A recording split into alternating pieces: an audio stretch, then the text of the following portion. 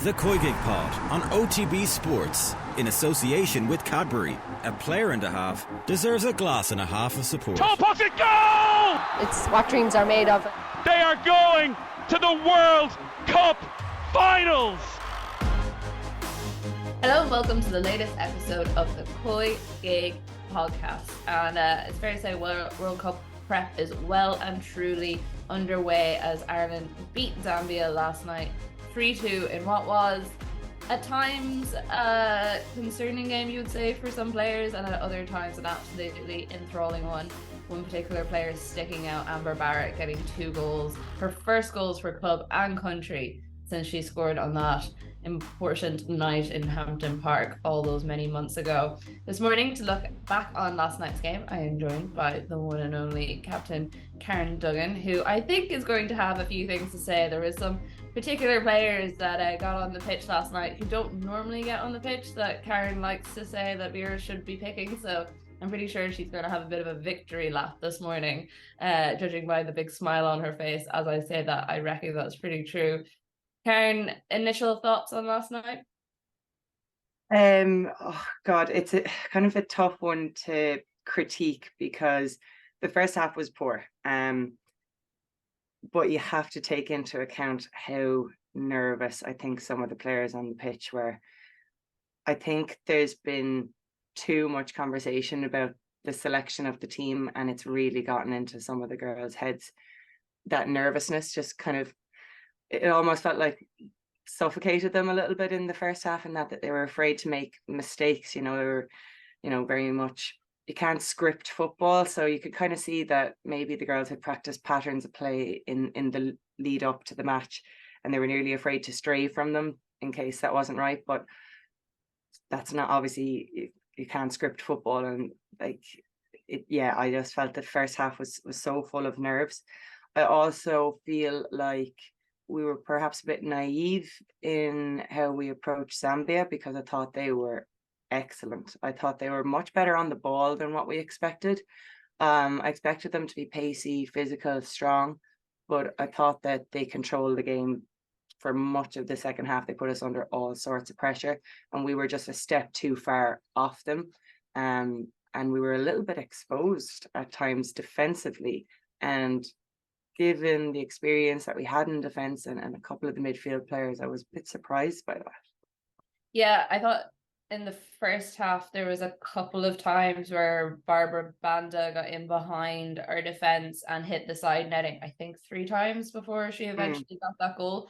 And that easily could have gone into the halftime conversation 3 or 4 goals down, and which would have painted a totally different picture for the players that wanted to come on. And I thought it was interesting, chatting to Vera after the match. I asked her, what was the difference between you, or what for you between the 2 halves, or what did you say to the team at halftime? And she was like, you can't be afraid to fail. She was like, people were not doing what we had practiced in training for that entire week in the first half because they were afraid of failing and they were nervous. And if you play like that, you're not going to get anywhere. And I thought it was interesting that she was actually that honest about it after the fact. I thought she probably would have held her cards a little bit closer to her chest, but I suppose it was so obvious to anyone watching that first half wasn't good, and that there was particular players that just struggled a little bit with the attention and being back on the ball. It's also the other thing that the players that were on in the first half, the majority of them probably had a lot less minutes than the ones that came on in the second half. Amber was probably the main one of the substitutes who hadn't been playing regular football of those 5 changes. Yeah, and it is easier to come into a match when, again, you're down a little bit, and you can kind of say, okay, we have to go for this game a bit, because I'm sure it's been beaten into them that we don't concede. The defense is the backbone of everything. So whatever you do, don't stray from that. But sometimes when you have possession, you need to take risks, take chances. And I felt for the first few minutes, everyone was cagey, but then I thought Risha Littlejohn kind of was the one who broke from the pack and started to try and get on the ball and started to try and press Zambia a little bit more. She needed the rest of the team to kind of follow suit and be a bit braver in how they press them, because there were very much weaknesses at the Zambia back. We don't tend to score 3 goals in a lot of games, and the goalkeeper, I was like, I don't understand why we're not putting more pressure. Should have been pepper in her, absolutely. Yeah. Like, she didn't take a single ball into her chest. It was either she parried it away and it didn't go very far, or she just got some body part in front of it. I wish Emma was here this morning, because I would love to hear. Yeah, I'm sure she'd have a few things to say about the punch that landed at Amber Barrett's left foot for her second goal. But yeah, I was disappointed with them. Just, I suppose, why were we doing a mid block against a team like Zambia? Maybe it's to do with fitness and personnel on the team, but when you look at how bright Abby Larkin and Kiernan were when the ball was near them and when they were allowed to run a bit more, I think that they could have really employed a kind of a really good press on them had they been allowed. And there are 2 girls I think we should talk about, because I think they've both done enough to be selected. I know she only gave Leanne 45 minutes, but you could sense it in the, I don't know if you felt the same, you can kind of sense it every time Leanne gets on the ball or is making a run through, that you feel excited. You feel like something could happen. And I know she was offside for her goal, but again, it was the first time in that first half that someone broke the line defensively, that someone made a kind of darting run and tried to make Zambia turn and face their own goal. Before that, we were just playing in front of them. And when the girls got the ball in the pockets and their back was to goal, there wasn't enough support play to really get much link up play going. So you needed someone breaking the lines, trying to stretch Zambia. And for me, in the first half, she was the only one who did that. Yeah, my only thing with Leanne last night, and to be fair, this is probably a symptom of the fact that she hasn't played a lot of minutes in the last couple of months, is just her first touch a couple of times. I think she could have been in a lot quicker on goal in some of the instances and the opportunities that she had, but her first touch continually kept bringing the ball away from her. And again, maybe that was also the quality of the ball that was coming into her not being exactly right. But I do think, I mean, before Amber came on and scored, obviously one was a penalty, but the goal and the fact that she is the only person who scored a goal for us in our last 2 big games, I think I've always said that I think Leanne is our best opportunity for a goal, because when she's in the sort of form that she was last season, there's no stopping her. And if we play in Australia kind of similar to how we played in the US whenever we were in attack, I feel like she's the perfect sort of person to slot into that, or to come on and assist Kira Carusa if that's who she decides to go with in front, or even Amber Barrett. I think you're right. I think maybe her touch is due at game time, but we have a month before the World Cup and she has a full training month. And if Vera is affording other injured players or players coming back time, I think Leanne should be given the benefit of the doubt, because I think she's showing glimpses that she can do it. I don't think there's anything that Maria Shiva can do that Leanne Kiernan can't. And I think technically Leanne might edge Shiva and has more international experience. Yeah. So I think that should be taken into account. Now, I know Shiva's definitely on the plane because she's been brought in for the France game, so that's nailed on. That's a banker. But it's terrible, because you have to nearly start comparing players, and that's what I was trying to avoid doing that on telly last night, because you don't want to do that and put one player down over another. But that's what it boils down to. That's what Vera is going to have to do. And if you're doing head-to-heads, can you think of a reason why Leanne shouldn't be? No, I don't think so. I think maybe one of the things that might edge it for Marissa is that game time and the fact that she's going to be playing pretty consistently. But I've always been on the Leanne Kiernan trail. I've been saying this even before the season, when she was actually doing really well in the championship and being the league's top scorer. I was like, I don't understand why we have that in our armory and we're not deploying it more, or setting up the team a little bit more around a player like that. And maybe at that stage of our development, we just weren't there. But also I think the changes we've seen in the last couple of months are the sort of changes we've been asking for a long time, because we do have the players to play that way. Yeah. It's just, I suppose, putting that faith in them. So yeah, I would love to. Chatting to Leanne last night, I got the impression she wasn't all that pleased with her own performance. She's But She's again, I never think that's coming from a place of the girls in the first half put so much pressure on themselves, and it wasn't a good team. exactly, yeah. It was quite poor, and it wasn't just the new girls coming in. It has to be said that I thought Megan Connolly's final pass was very unlike her. She was struggling a bit. I thought Louise was maybe a little bit exposed, maybe because of the shape around her and the new players around her. Like, we can't just put it down to everything. I thought generally it was a poor team performance. It's also, yeah, and also it's incredibly difficult when you're going into a situation where like that's never a setup that we play. Like, that's never a starting 11. Those players like have never had to go on to a big game like that with a plane ticket to a World Cup on the line, and they're not playing with the same sort of like combinations or supports. That's such a good point. We were actually speaking to one of my friends about this during the week. Oftentimes when girls are being given a chance, we'll say, it's in a completely new setup. Do you know what I mean? It's with players who have never really played together. When you look at the likes of Aoife Mannion, Farrelly, they came into our set 11. So they're around players who are used to playing with each other, used to the style of play. It's much easier to slot into a team that's settled than a team that's a bit more disjointed and full of nerves and haven't played together in those patterns before. So it's easier to make an impression if you've been given a chance with the starting 11. And that's not to take away from the girls that have been picked because they've gotten in that way.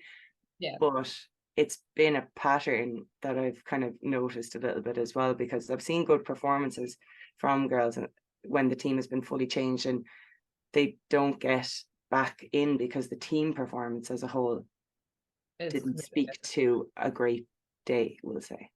Yeah, it was funny. Like, I at halftime when we had a break from comms, I was just on Twitter looking at people and seeing, you know, what was everyone saying, and people were talking about that first half in relation to her chances at the World Cup, and I was like, what person is watching this match and thinking about the team's overall chances for the World Cup? I mean, you're missing two of your best players. The majority of the team that's starting are not traditionally starting players for us. A lot of them aren't even the sort that come off the bench sometimes for us in games. So what we're looking at is nothing to do with how I mean, we're not a team that uses our bench a whole lot. You know, we're not that type of team. We have to be realistic and kind of say that beyond the starting 11, there probably was concerns before, like, we've been given a chance to see what some of the girls can do last night, because they don't have the experience, they don't have the game time, and maybe they're not quite ready, and that's why Vera hasn't felt the need to use them. Also, we've been involved in very, very tight games, and it's very hard to make changes during those. So I was really happy that everyone got a game yesterday. I do think it was easier for the girls coming in the second half. But I also think that the girls who came in the second half did really, really well. Yeah, no, I think that is fair. And one of the names we mentioned there just when we were talking about Leanne Kiernan as well was Abby Larkin. And I said it last night when I was on comms, but I wanted to take back what I had said about her previously, because when I watched her in the game against China in Marbella, I really thought that like she struggled with her performance at times, where she was kind of muscled off the ball. She looked a little bit uncertain about what she was actually doing. Because there was no one in the stadium, like it was behind closed doors essentially, you could hear what all the players were saying to her, and it was like every little touch and pass she was getting like insane amounts of encouragement for very, very basic things, and it was almost like the players were trying to build her up a little bit. But I have to say, I thought last night, especially, I know she came off in the second half, but especially in the second half, you could see she lifted herself a little bit again. I thought she was one of the players that had improved a lot since the last time I'd watched her in the international scene. Felt like I spent a lot of last night eating my words about various different players. So, but that's what you want at this stage. I mean, yeah, it just shows people making an impression. Yeah, for like, you forget, like, Abby is a kid, so I understand why she was getting a lot of encouragement. It's also because Abby is a confidence player from what I've seen in the league.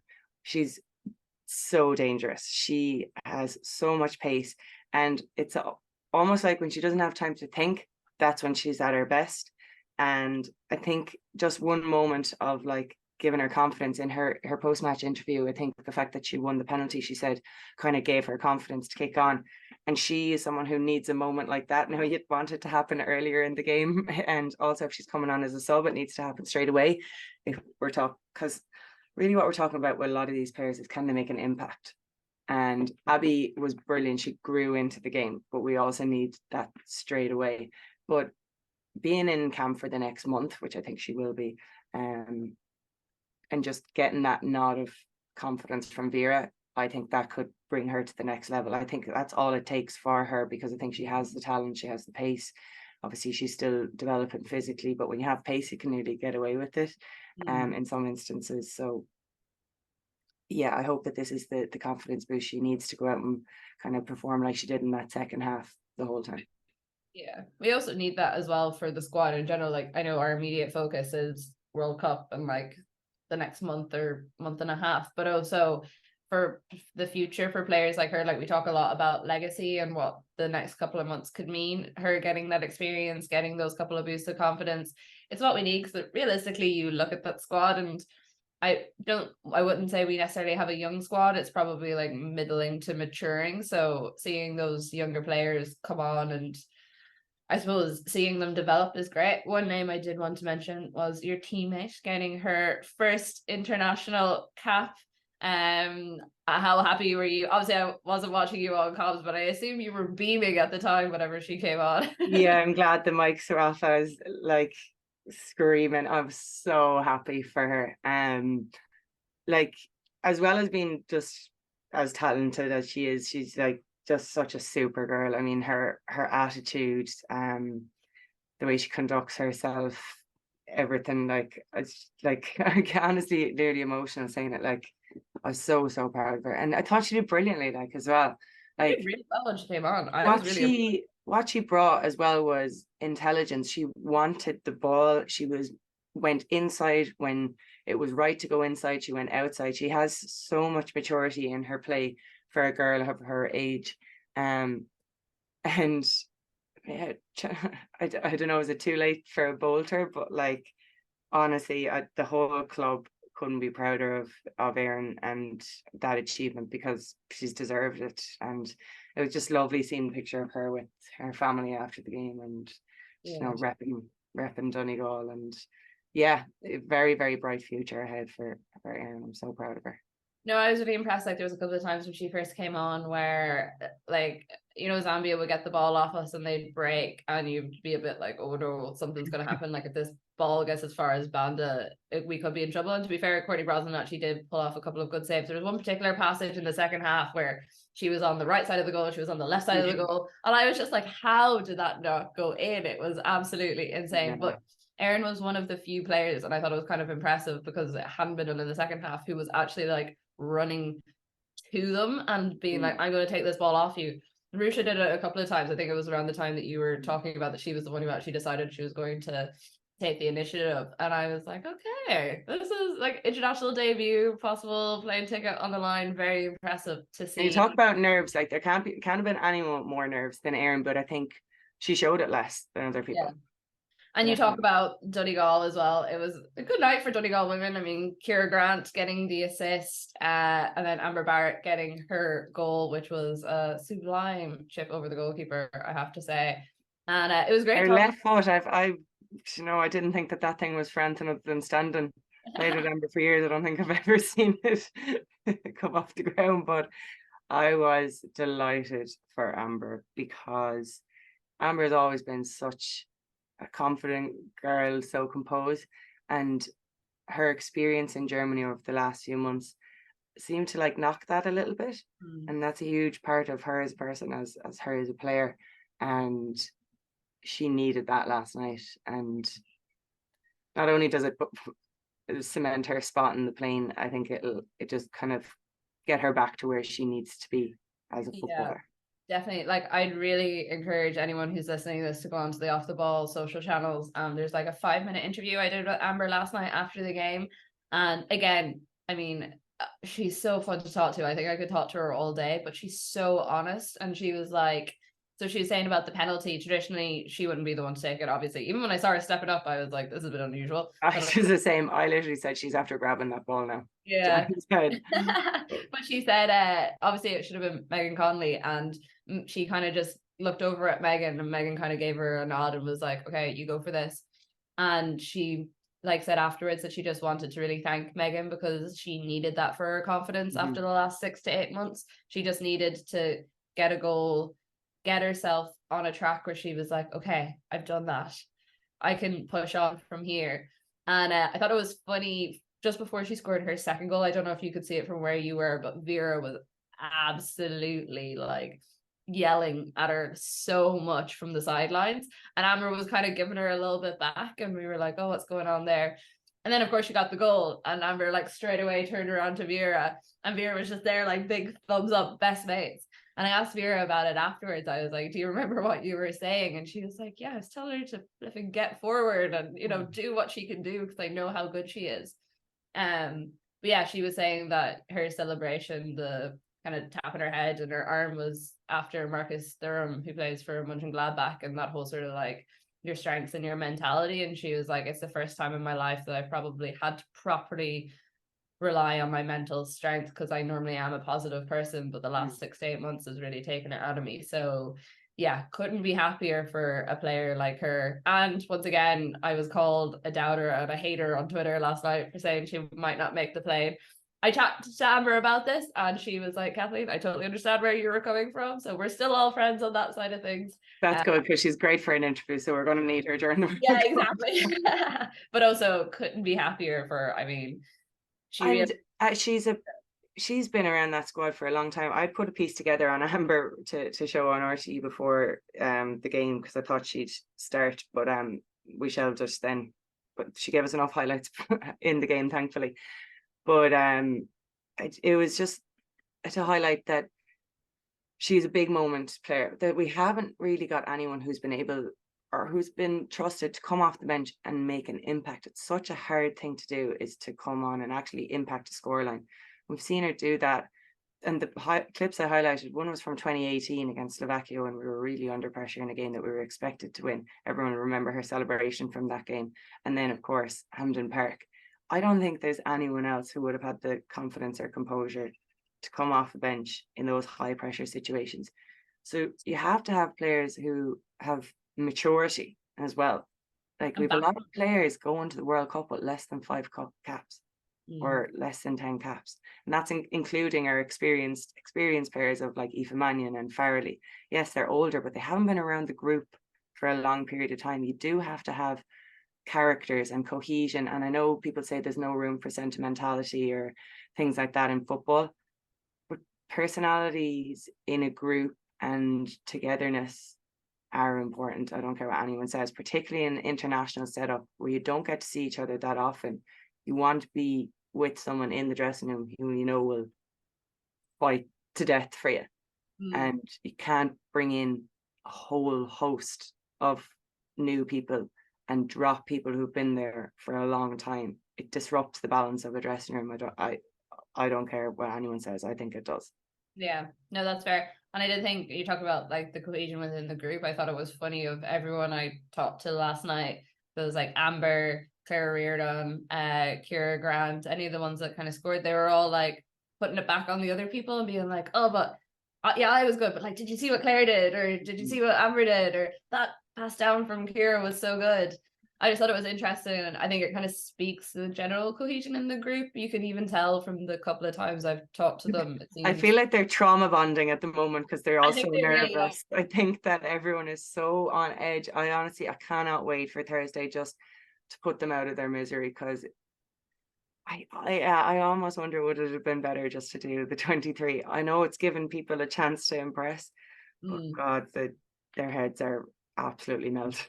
I don't know how you operate for these couple of weeks. Obviously there's a few players in the team who know things are pretty certain, but even from their perspective, if you're in training, you want to perform, but you also want to make sure you're not getting injured or not getting any tweaks or anything.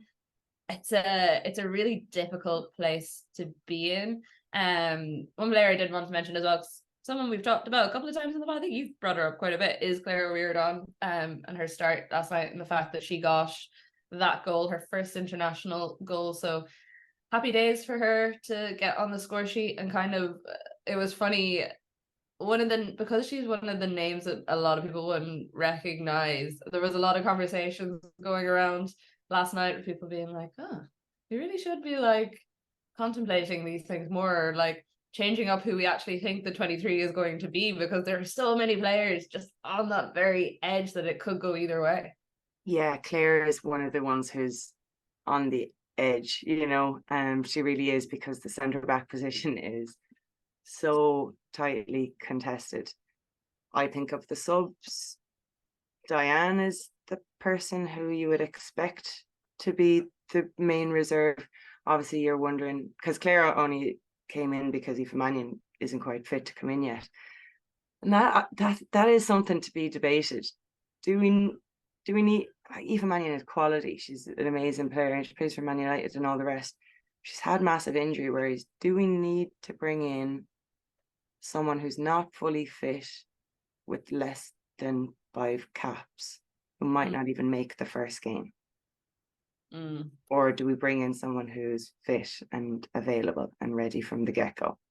It's so hard. Like, I go back and forth on this so much, because I'm like, when Mannion's fit, she's so good and she gives a level. But she's not fit. But also the fact is that we don't know how fit or not she is, because the information out of the FAI and from Vera and Co has been so scant on what's actually not concerning a bit. Well, no, that's the thing. That's what I think. I mean, when we asked last Friday what was the story with her, it was that she had a scan, but there was nothing scary. She just needed more time. And I was like, well, you know, I could need more time, and it means I need 10 minutes to go compose myself, or I might need more time, and it's like I nearly needed to take time there when you were asking me about Erin, but like... it means nothing essentially. So it's so. If it was Niamh Fahey, who I think is hugely important to the squad in what she brings in terms of leadership and experience, and I would class them as similar abilities. I think for me, Niamh is probably even better, because Niamh is one of my favourite players ever. If it was Niamh Fahey, I would give her time, because she's been so important to the squad for so many years. Yeah. I can't really equate the situation. I don't. She is brilliant. Yeah, no, I know. How brilliant. And when we have so much cover in that one position, so much competition for that one position. Yeah, the one thing I would say about Aoife Mannion that I think she brings that we don't really have is that she is able to play the ball out from the back in a way that I don't think a lot of the rest of our backs are. As in, when she has the ball at her feet, she's so technically good.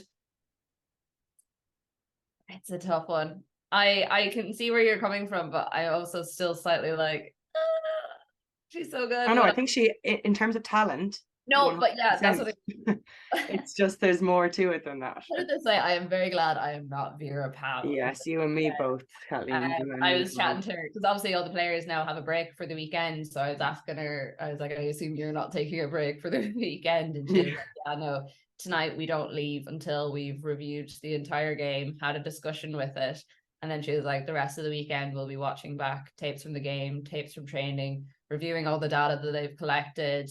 And she was like starting to make some hard decisions, and you could almost see the weariness on her face as she was talking about it. So yeah, I mean, I'm very glad it's not me and you sitting down trying to make this conversation. Although I do kind of imagine it like X Factor style, you know, when they'd be at judges' houses and they'd have all the pictures of everyone, and they'd kind of be like around, and like Vera will move someone this way, and then Tom Elms will come in and be like, no, I want them on my squad.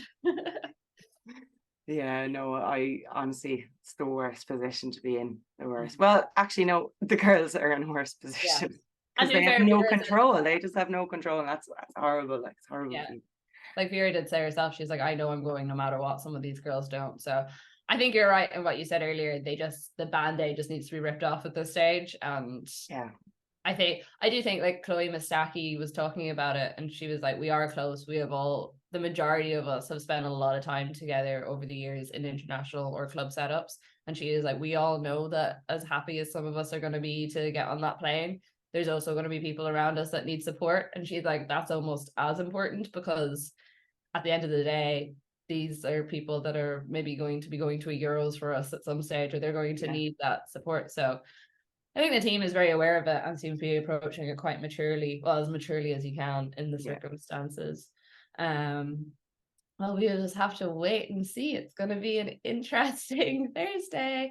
But Karen, thank you very much for joining me on this early morning. I do hope everyone appreciates. Yeah, let's not make a habit of this. No, well, we said that last summer during the Euros, and I have a feeling with the time difference, some of us are going to be annoyed and others will be fine.